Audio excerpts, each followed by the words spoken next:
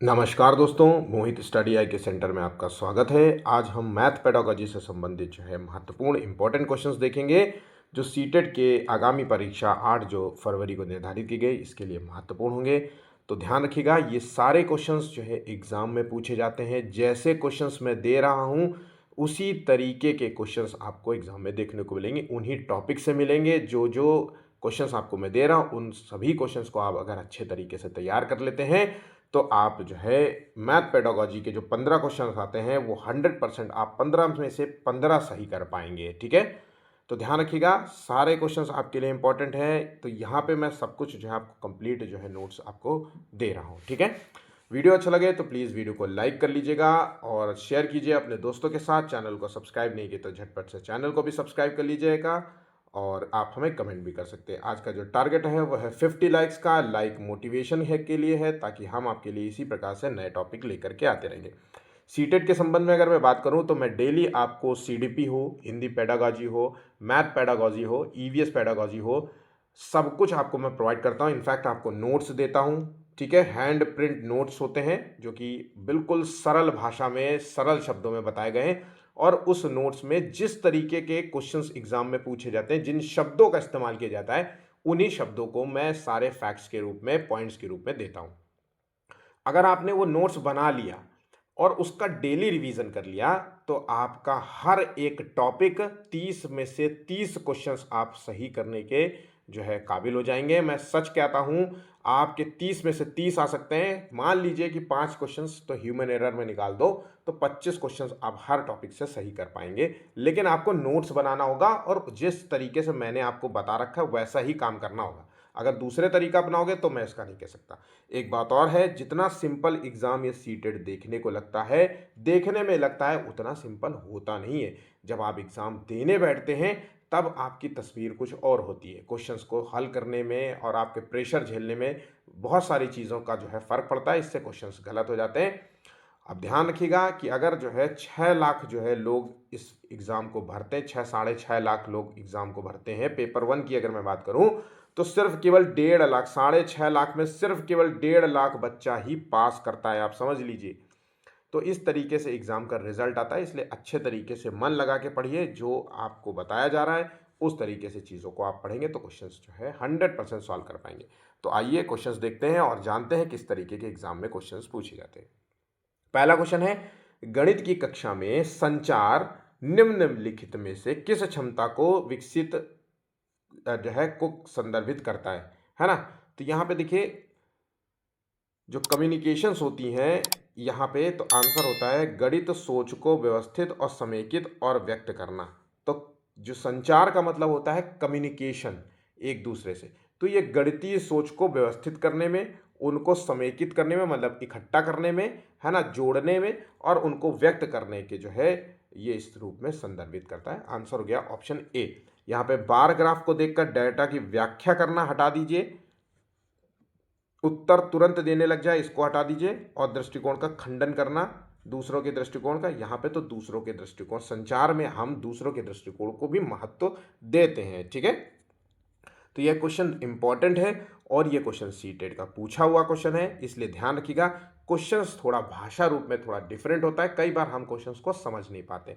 पर एक शब्द है यहाँ पे संचार, और संचार का मतलब होता है कम्युनिकेशन। और जब कम्युनिकेशन करेंगे तो आप दूसरों के दृष्टिकोण को खंडित नहीं करेंगे, दूसरे के दृष्टिकोण को महत्व देंगे। दूसरों के साथ हम आलोचनात्मक रूप से जो है जुड़ते हैं, उनके प्रश्नों का विश्लेषण करते हैं, फिर उनके प्रश्नों का उत्तर भी देते हैं। ये सब कुछ जो है क्वालिटीज़ हमको संचार के माध्यम से। तो आंसर यहाँ पे जो बेस्ट है 4 में से ऑप्शन ए यहाँ पे अच्छा ठीक होगा आंसर। ठीक है, अज्ञात से ज्ञात का प्रयोग किस शिक्षण पद्धति के लिए किया जाता है। अब अज्ञात से ज्ञात की ओर जाना है, मतलब पहले आप कुछ नहीं जानते फिर उसके बाद जानने लगते हैं, यही इसका मूल अर्थ हो गया ना।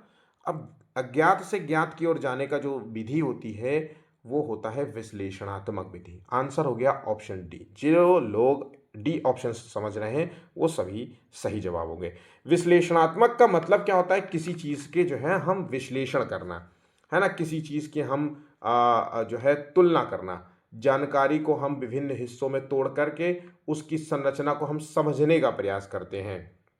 ठीक है। तो पहले क्या होता है, जैसे मान लीजिए कोई क्वेश्चन है, अब आपको समझ नहीं आ रहा है इस क्वेश्चन के बारे में, तो आपने क्या किया, इस क्वेश्चन के विभिन्न हिस्सों में तोड़ दिया, विश्लेषण किया, है ना, विभिन्न हिस्सों को तोड़ा, फिर उसकी संरचना को समझा और फिर आपने चीज़ों को तुलना किया, कारण जानने का प्रयास किया। इस तरीके से आप अपने प्रश्नों को जो है हल कर पाते हैं, तो तब मिलता है एक सॉल्यूशन।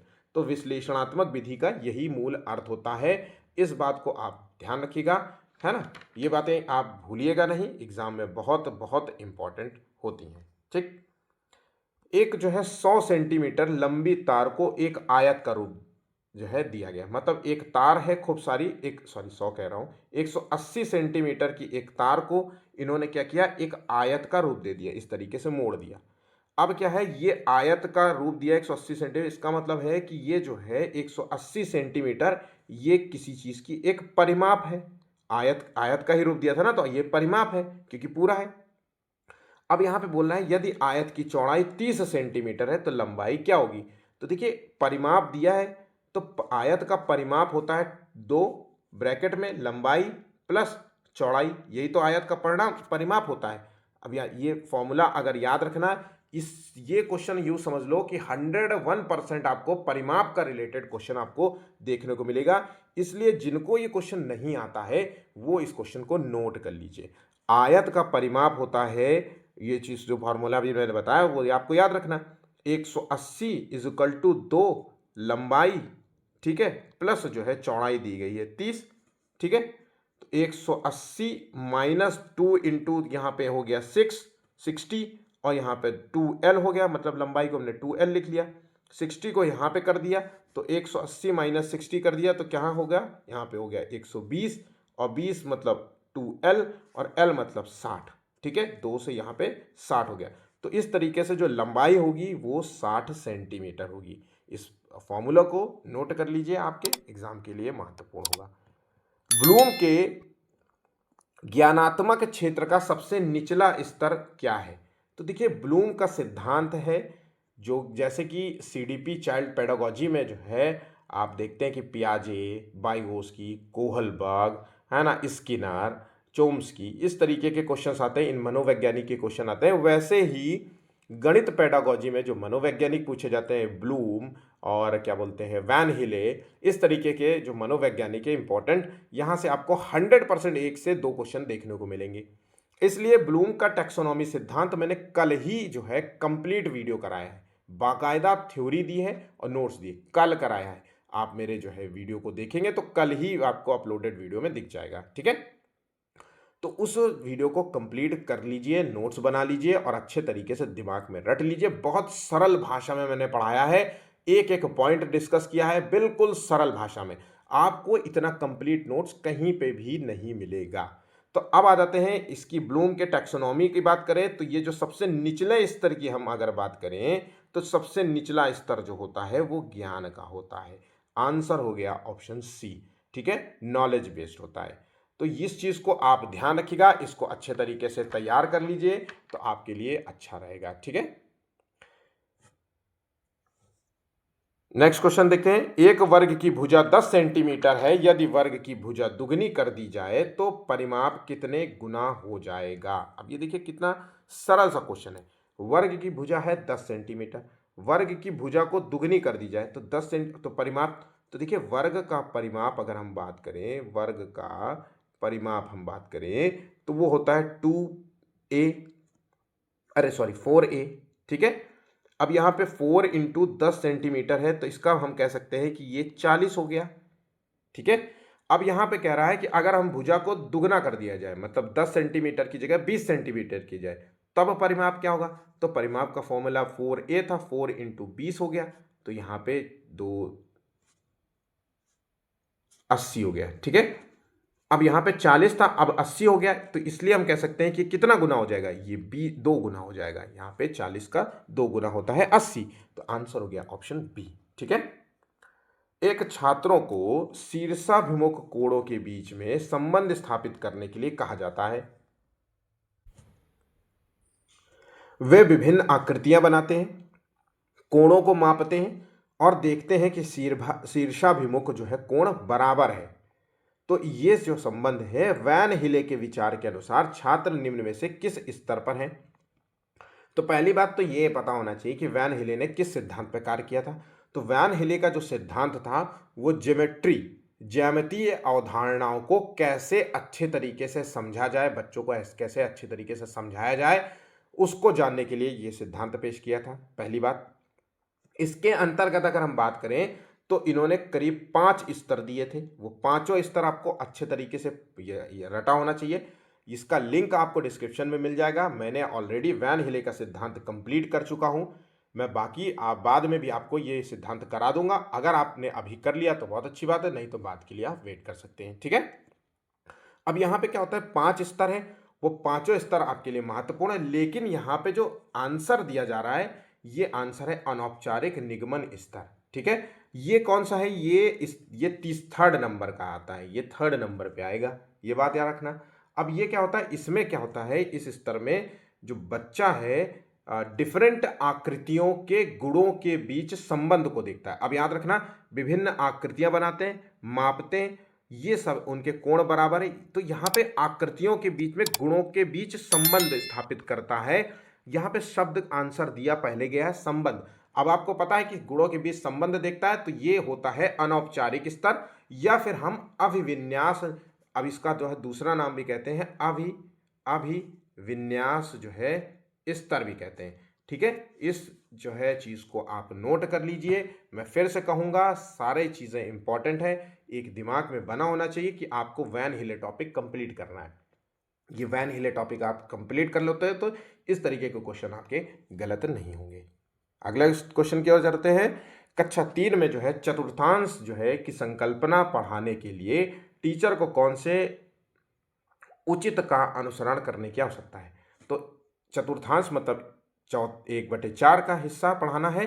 तो देखिए, इस तरीके से अगर हम बच्चे को पढ़ाना चाहते हैं कि इससे, तो हमें पहले क्या करना होगा, हमें बच्चे को जो है ठोस पदार्थों को लेकर के चतुर्थांश में बांटना। जैसे हम बच्चों को एक केक को 4 हिस्से काटना सिखाएंगे, है ना, पेपर के 4 हिस्से काटना सिखाएंगे, फोल्ड करना सिखाएंगे। तो इस तरीके से हम पहले ठोस वस्तुओं से बच्चों को सिखाएंगे, मतलब हम मूर्त वस्तुओं के साथ। तो बी आंसर यहाँ पे दिया गया है। आंसर तो हमें तुरंत मिल गया कि BC पहला आंसर। हमने कहा कि पहला तो यही करेंगे, फिर दूसरा क्या करेंगे, हम चित्रों को दिखाएंगे, चित्रों को, फिर उसके बाद हम श्याम पट्टे पे, सबसे आखिर में लास्ट में हम बोर्ड का, चौक का, मार्कर का इस्तेमाल करेंगे। तो आंसर है ऑप्शन ए। और ये सीटेट का बहुत ही अच्छा क्वेश्चन है, ध्यान रखिएगा। इसी तरीके के क्वेश्चन आपको बिल्कुल पूछे जाएंगे और बहुत ही सिंपल है, लेकिन आपकी समझ को दर्शाता है कि आप क्वेश्चंस को कैसे समझ रहे हैं। ठीक है, आप बात समझ गए। चलिए, इसीलिए कहा जाता है आप डेली पेपर्स जरूर लगाएं। निम्नलिखित में से क्या गणितीय शिक्षण का एक संकीर्ण उद्देश्य है। तो गणितीय शिक्षण का उद्देश्य क्या हो सकता है भाई, गणित क्यों पढ़ाना है, हम बच्चों को कुशल बनाने के लिए पढ़ा रहे हैं, कि बच्चों को हम जो है सामान्यीकरण की क्षमताओं को विकसित करने के लिए कर रहे हैं, या फिर छात्रों के बीच व्यवस्थित तर्क को प्रोत्साहित करना चाहते हैं, या फिर कथनों की सच्चाई और झूठ का तर्क देने के लिए बच्चों की क्षमता विकसित कर रहे हैं। तो हम ये यहाँ पे जो आंसर है वो है संख्या या संख्यात्मक संचालन व्यवहार में बच्चों को कुशल बनाना है। तो आंसर हो गया ऑप्शन ए। ठीक है, NCF 2005 के अनुसार निम्नलिखित में से कौन से विषय जो है प्राथमिक विद्यालय में गणित पाठ्यक्रम का भाग नहीं है। अब ये बहुत ही इंपॉर्टेंट है और ऐसे क्वेश्चंस आपको अक्सर जो है आप गलत कर देंगे। देखिए, आप 4 ऑप्शंस दिए गए हैं और इसमें कुछ नहीं, ये सिर्फ केवल याद करने बेस है। आपको बस याद करना है कि आपको पता होना चाहिए कि कौन सा गणित पाठ्यक्रम का भाग नहीं है प्राइमरी जो है क्लास में। ठीक है, तो यहाँ पे देखिए आंसर क्या है, सोचिए एक बार इसका आंसर क्या हो सकता है, आप लोग थोड़ा सोचने का प्रयास कीजिए।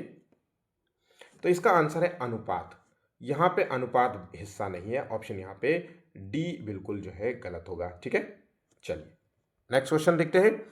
कक्षा जो है 6 में टीचर ने बहस के लिए रचनात्मक आकलन FA जिसे कहते हैं फॉर्मेटिव असेसमेंट कार्य के रूप में एक विषय दिया।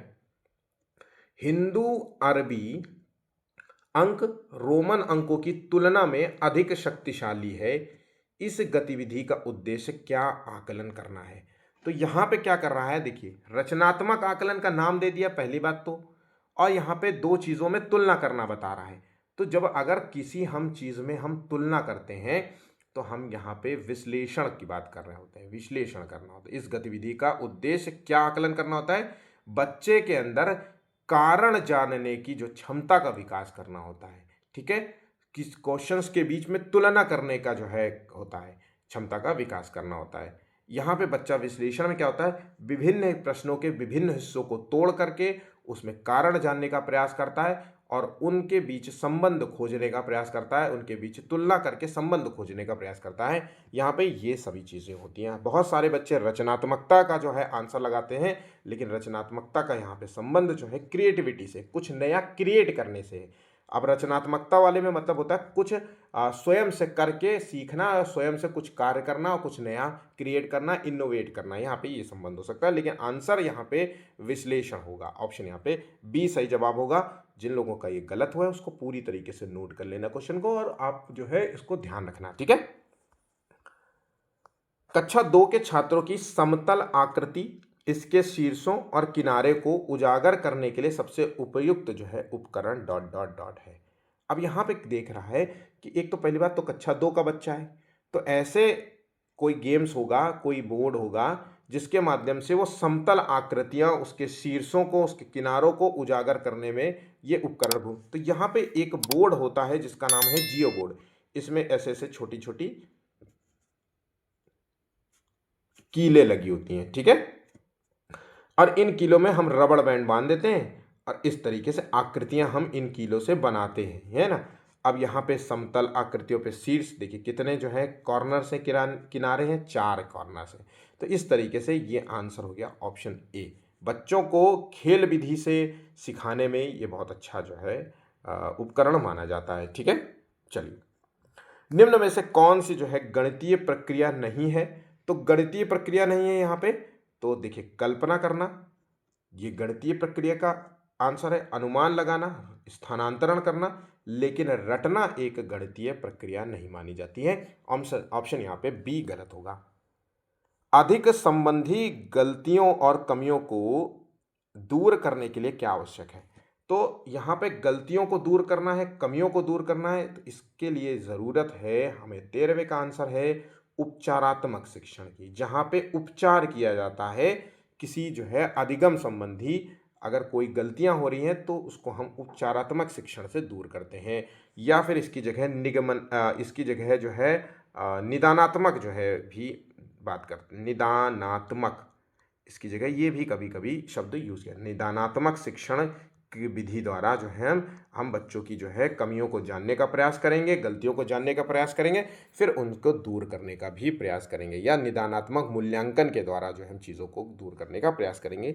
ये शब्द जो है अक्सर यूज़ किए जाते हैं ऐसे प्रश्नों पर। सही कथन को पहचानना है हमें। अब देखिए ये क्वेश्चन कितना जो है आपके जो है अब सारी सोच को दर्शाता है। ये क्वेश्चन बहुत ही खास है, इम्पॉर्टेंट है। आपको ये आंसर ज़रूर से ज़रूर इसको खोजने का प्रयास करना चाहिए। थोड़ी देर आपको समय लगेगा, लेकिन ऐसे क्वेश्चंस को सॉल्व करने से आपकी क्वेश्चंस को सॉल्व करने की क्षमता बढ़ जाती है। तो देखिए यहाँ पे एक संख्या को दूसरी से गुणा करने पर सदैव मान बढ़ जाता है। अब यहाँ पे बोल रहा है एक संख्या को दूसरी संख्या से गुणा करने पर सदैव मान बढ़ जाता है, तो क्या ये सही है। तो देखिए हमने मान लीजिए कि कोई संख्या है 6, उसमें हमने 0 से गुणा कर दिया, तो ये तो 0 आ गया, तो यहाँ तो संख्या बढ़ी नहीं। चलिए यहाँ तो 0 था, अगर हमने 6 को 1 से गुणा कर लिया तो मान तो बराबर आ गया, यहाँ पे तो बढ़ने की बात करें। चलिए यहाँ पे 6 × 0.5 करते तो 6 पंचे 30, यहाँ तो मान 3 आ गया। तो इस तरीके से हम कह सकते हैं कि ये जो कथन है ये गलत है। अब आ जाते हैं दूसरे कथन की ओर। एक संख्या को दूसरी से विभाजित करने पे उसका मान सदैव कम हो जाता है। मतलब हम 6 को अगर 2 से भाग दे दें तो यहाँ पे संख्या जो है मान कम हो रहा है। ये बात बिल्कुल सही है, तो हम ये कह सकते हैं कि ये कथन सही है। लेकिन अभी और भी जल्दी नहीं करते हैं।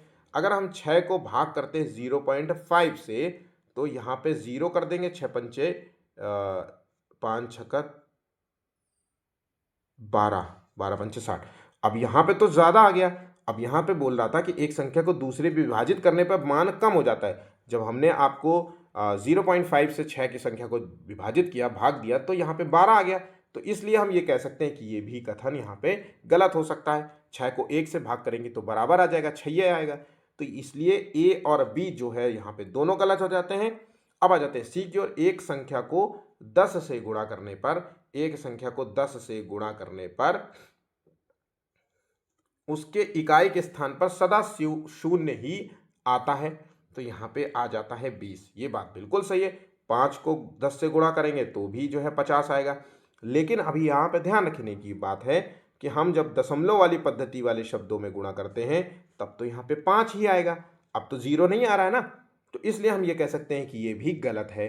अब आ जाते हैं अगले पॉइंट की ओर। तो भाई देखो यहाँ पे तो answer obviously A B C तो गलत हो गए, तो इसलिए हम कह सकते हैं ऑप्शन डी तो सही होगा। लेकिन डी अगर सही है तो इसको भी देख लेते हैं। भाई ये डी जो है,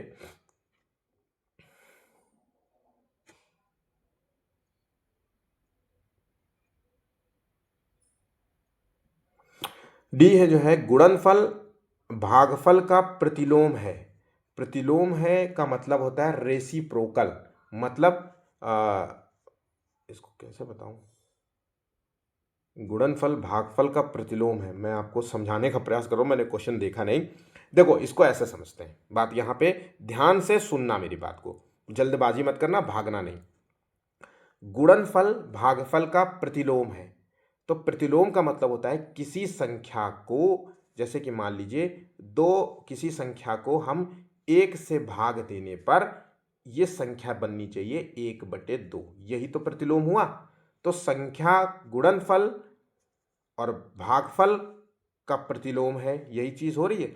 अब आ जाते हैं बिल्कुल डिटेल में समझते हैं। गुणनफल का मतलब क्या होता है, गुणा करने पर जो परिणाम प्राप्त हो उसे कहते हैं हम गुणनफल। भागफल क्या होता है, भाग करने पर जो परिणाम प्राप्त हो उसे कहते हैं हम भागफल। तो इस तरीके से हम यहाँ पे, अब हम एग्जाम को, अभी का क्वेश्चन को हम कर लेते हैं उदाहरण से। अब यहाँ पे गुणनफल से जो परिणाम प्राप्त हो उसे कहते हैं गुणनफल। यहाँ पे ए और बी को हमने गुणा किया, मान लीजिए 4 और 2 है वो संख्या, और ये संख्या हो गई 8।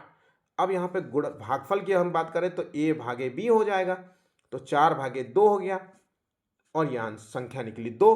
तो देखिए यहाँ पे जो संख्या है, गुणनफल भागफल का प्रतिलोम तो निकल ही नहीं रहा है। प्रतिलोम निकल रहा है, नहीं निकल रहा है ना, तो आंसर हो गया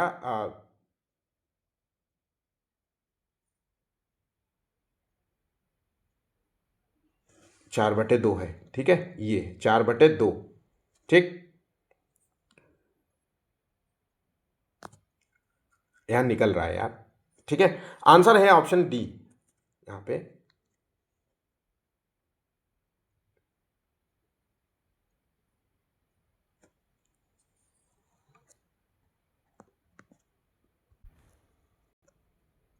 नेक्स्ट क्वेश्चन, निम्न में से कौन सा बच्चों को भिन्नों की संकल्पना सिखाने के लिए सबसे उपयुक्त है। अगर हम बच्चों को भिन्न के बारे में संकल्पना सिखाते हैं तो यहाँ पे सबसे अच्छी तरीका जो माना जाता है वो है पेपर्स का प्रयोग करना। जैसे पेपर के हिस्से को फोल्ड करना सिखाना, है ना, केक के 4 हिस्से काट देना। इस तरीके से हम सेब को आधा काट देंगे। तो इस तरीके से हम बच्चों को भिन्न की संकल्पना सिखा सकते हैं। लेकिन यहाँ पे कुछ जो है उदाहरण दिए गए हैं, कुछ ऑप्शंस दिए गए हैं, इसमें से सबसे अच्छा आंसर है वो है क्रिजनेयर छड़। अब ये क्या होता है, ये होता है एक कलरफुल जो है छड़ होती है। क्या होती है, कलरफुल छड़ होती है। हर कलर का एक अपना मतलब होता है। जैसे ये रेड है मान लीजिए तो इसका नंबर 1 है, ये ब्लू है तो नंबर 3 है, ये ग्रीन है तो यहाँ पे नंबर 5 है। तो अब यहाँ पे बच्चों से क्या करोगे, कहोगे एक ग्रीन और प्लस ब्लू छड़ को मिलाने से क्या होगा, है ना। तो यहाँ पे बच्चा जो है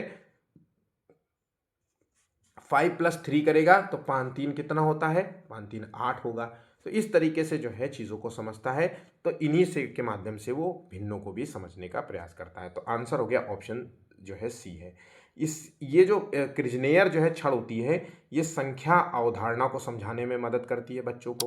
जोड़ घटाना, गुणा भाग, भिन्न अनुपात, लंबाई जो है और मापना, किसी चीज़ की तुलना करना, ये सब चीज़ों के लिए है जो है सबसे उपयुक्त मानी जाती है। ये बच्चे में जो है अमूर्त जो है सोच की क्षमता को बढ़ाती है, खोज की प्रवृत्ति को बढ़ाती है और गणित को जो है रोचक बनाती है और खेल जैसा जो है अनुभव प्रदान करती है। ये बातें आपको नोट कर लेनी चाहिए, एग्जाम की दृष्टि से इंपॉर्टेंट भी है।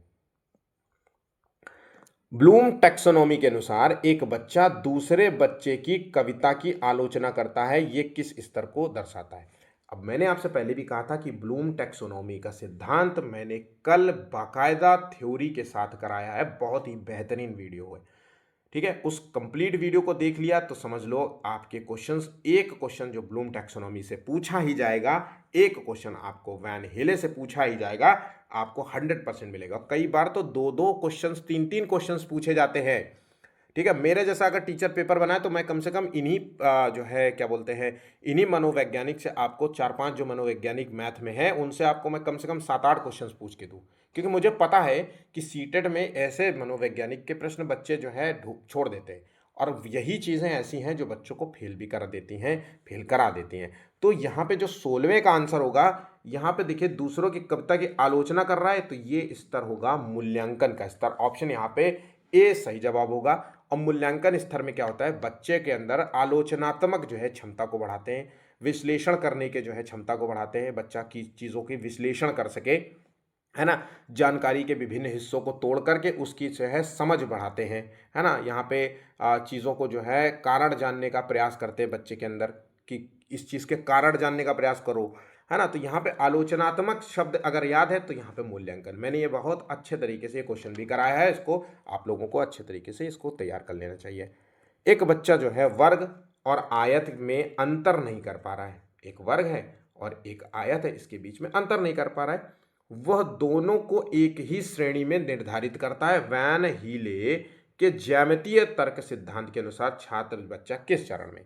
अब यहाँ पे देखिए अंतर नहीं कर पा रहा है, तो इसका मतलब होगा कि वो बच्चा जो है वो पहला चरण है, बिल्कुल पहला, जिसे हम कहते हैं दृश्यीकरण जो है, इस तरह बोलते हैं इसको।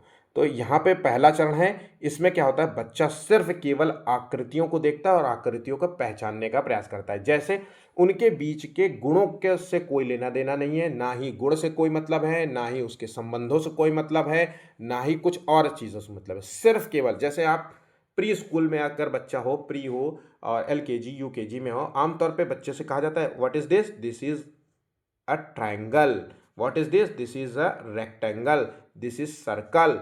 अब बच्चों को यही सब पढ़ाते हैं, सिर्फ केवल यहाँ पे बच्चा सर्कल, मम्मी की रोटी गोल गोल, समोसा कैसा होता है, दिस इज ट्रायंगल के जैसा होता है ना। ये टीवी जो लगी हुई है सामने वो किस तरीके की दिखती है, रेक्टेंगल। तो यहाँ पे गुण नहीं बता रहे, सिर्फ केवल हम बच्चों को रटने का प्रयास करा रहे हैं, आकृतियों को देखना सिखा रहे हैं, समझना सिखा रहे हैं, आकृतियों का नाम बता रहे हैं। तो यहाँ पे इसी को कहते हैं हम दृश्यीकरण। ये पहला बिल्कुल शुरुआती पहला चरण स्तर मानते हैं, ठीक है। नेक्स्ट क्वेश्चन है, निम्नलिखित जो है शब्द समस्या के प्रकार को पहचानना है। मेरे पास 6 पेंसिल है, मनीष के पास जो है मुझसे 2 अधिक हैं, तो मनीष के पास कितनी पेंसिलें हैं? अब ये देखिए, ये प्रश्न क्वेश्चन पूछ रहा है कि ये किस तरीके का प्रश्न है। तो यहाँ पे इसको कहते हैं सादृश्य संकलन। आंसर हो गया ऑप्शन ए, ठीक है। गणित की प्रकृति के संबंध में निम्नलिखित में से कौन सा कथन सही नहीं है? अब यहाँ पे सही नहीं है पूछ रहा है, तो यहाँ पे देखिए 19वें का आंसर। तो यहाँ पे जो सही नहीं, गणित विचारों को सटीक रूप से संप्रेषित करने के लिए विशेष शब्दावलियों का प्रयोग करता है, ये बात बिल्कुल सही है। गणित ज्ञान के निर्माण में तर्क कौशल महत्वपूर्ण होता है, भाई इसमें तो तर्क चलेगा। गणितीय अवधारणाएं प्रकृति में पदानुक्रमिक होती हैं। प्राथमिक स्तर पर गणित ठोस होता है, इसमें अमूर्तता की आवश्यकता नहीं होती है। तो यहाँ पे ये जो कथन है ये गलत हो जाता है, ठीक है। ऑप्शन यहाँ पे डी जो है गलत है, 19 का आंसर डी यहाँ पे गलत होगा।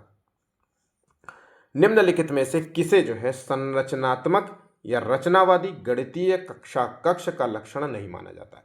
अब यहाँ पे बोल रहा है संरचनात्मक या रचनावादी गणितीय कक्षा। अब देखिए हमें आंसर तो पॉजिटिव ढूंढना है, ठीक है। तो यहाँ पे 20 का देखिए आंसर देखना है कि गणित के अधिगम में भाषा और संवादों की महत्वपूर्ण भूमिका पर ध्यान दिया जाता है या उचित ध्यान दिया जाता है, ये बात बिल्कुल सही है। अध्यापक जो है स्वीकार करता है कि दी गई अन्योन्य क्रिया को विभिन्न विद्यार्थियों में अलग अलग प्रकार से समझ सके। तो भाई एक टीचर जो है जो भी क्रियाएं एक्शंस कराता है वो चाहता है कि विभिन्न विद्यार्थी अलग अलग प्रकार से इस चीज़ को समझें। प्राथमिक स्तर पर आकलन के लिए विषय परक प्रकार की जो है परीक्षा का उपयोग किया जाता है। तो परीक्षा शब्द का उपयोग कराना, रटना, ये आखिर में पेपर के आखिर में पढ़ाई के बिल्कुल 2-3 महीने बाद मूल्यांकन करना एक बच्चे का, इस तरीके से जो शब्दावलियाँ यूज़ हो तो तुरंत हमको काट देना है। ये जो है प्रमुख जो है संरचनात्मक गणितीय कक्षा कक्ष का लक्षण नहीं माना जाएगा। प्राथमिक स्तर पर हम त्रिभुज की अवधारणा से परिचय कराने के संबंध में सही कथन को पहचानना है। अब त्रिभुज की अवधारणा से परिचय कराना है तो यहाँ पे देखिए आंसर क्या होगा, 21 का होगा, बच्चों को सभी प्रकार के त्रिभुजों के साथ साथ अन्य आकृतियों से भी परिचय कराना चाहिए। ये बात बिल्कुल सही है। अगर हम त्रिभुज की अवधारणा करा रहे हैं तो त्रिभुज के साथ साथ सम त्रिभुज, समद्विबाहु त्रिभुज, समबाहु त्रिभुज, इन सभी के बारे में बताने के साथ साथ अन्य आकृतियों से भी परिचय कराना होगा। जैसे ये वर्ग है, ये रेक्टेंगल, इस तरीके से, ताकि वो बच्चा धीरे धीरे उन आकृतियों से उनके गुणों के बारे में भी पहचान करने लगे और उसके बाद धीरे धीरे आगे बढ़ता जाए तो संबंधों को भी खोजने लगे, गुणों के बीच संबंध को, की मतलब ये ट्रायंगल है और ये रेक्टेंगल है और ये दोनों इक्वल और बराबर नहीं है क्योंकि इसमें 3 भुजाएं और इसमें 4 भुजाएं हैं। ठीक है, ये जो है वर्ग है और ये रेक्टेंगल है, ये दोनों बराबर हो सकते हैं क्योंकि इसमें 4 भुजाएं और इसमें भी 4 भुजाएं हैं।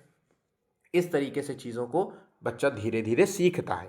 ठीक है, चलिए, रोहित को यह एहसास हुआ कि वर्ग एक समचतुर्भुज है। तो वर्ग एक समचतुर्भुज है, ये बच्चे को एहसास हो रहा है, और एक आयत भी है। अब क्यों ऐसा वो महसूस कर रहा है? क्योंकि उसकी 4 भुजाएं हैं और इसमें भी 4 भुजाएं हैं। तो अगर हम बात करें वैन हिले के अनुसार ये किस चरण पे है, तो यहाँ पे बच्चा क्या होता है,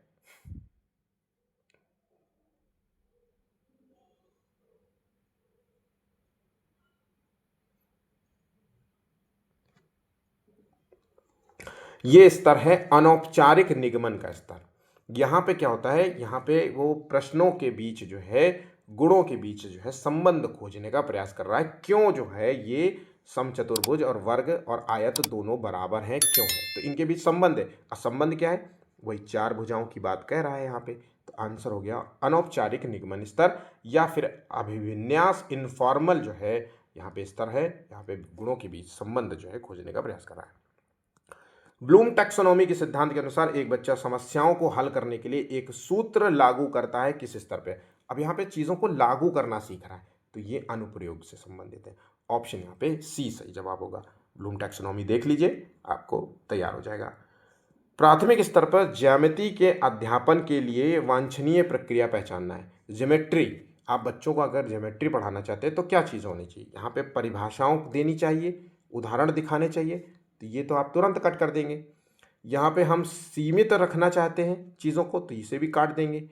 मैं पढ़ भी नहीं रहा हूँ, ठीक है। यहाँ पे बच्चों को प्रचुर अवसर दिए जाने चाहिए। यहाँ पे बच्चों का जो है ज्यामितीय उद्देश्य नहीं होना चाहिए पढ़ाने का, तो इसे काट दीजिए। आंसर हो गया ऑप्शन सी। आगे मुझे पढ़ने की भी ज़रूरत नहीं पड़ी, सिर्फ केवल टैग वर्ड से ही मैंने इस चीज़ को क्वेश्चन को सॉल्व कर दिया। लास्ट क्वेश्चन है, समावेशित विद्यालय में आप अपनी कक्षा के दृष्टिबाधित बच्चों की आवश्यकताओं को कैसे पूरा करेंगे?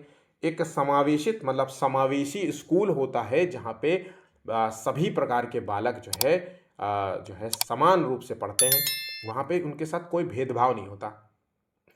तो ऐसे जो स्कूल होते हैं जहाँ पे समावेशी, तो सारे स्कूल होते हैं खैर, और ऐसे स्कूलों में जो विशिष्ट बालक, विशेष बालक, सामान्य बालक है ना, ये सब प्रतिभा संपन्न बालक, ये सभी टाइप के जो बालक बच्चे वहाँ पर पढ़ते हैं।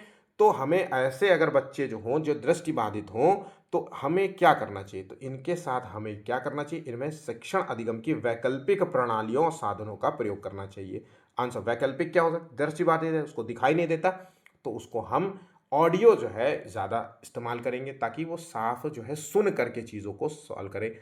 हम दृष्टिबाधित है, इसका मतलब पूरा तो आंख से अंधा होगा नहीं भाई। स्कूल में अगर पढ़ रहा है तो दृष्टिबाधित स्कूल में अगर उसको साफ नहीं दिखता होगा, तो हम कोशिश करेंगे कि उसको सबसे आगे वाली बेंच पे बैठा लेंगे, और विशेष रूप से थोड़ा सा टीचर उस पे ज़्यादा ध्यान देंगे, फोकस रहेंगे कि ये लिख रहा है कि नहीं लिख रहा है, शब्दों को समझ पाया कि नहीं समझ पाया। उससे पूछते रहेंगे कि तुमने बेटा सुना जो मैंने अभी बोला? वो बोलेगा हाँ सुना, तो ठीक है, तो फिर आगे बढ़ जाएंगे। ऐसे जो है चीज़ों को हम करेंगे। तो यहाँ पे डी आंसर बहुत ही जो है सही होगा। तो ये कंप्लीट वीडियो आज का यहाँ पे समाप्त होता है। वीडियो अच्छा लगे तो प्लीज़ लाइक कीजिए, शेयर कीजिए, और चैनल को सब्सक्राइब नहीं किया तो प्लीज़ झटपट से जो है चैनल को भी सब्सक्राइब कर लीजिए। ठीक है, मेरा नाम मोहित चक्रवेश है और आज का वीडियो यहीं पे समाप्त होता है। धन्यवाद।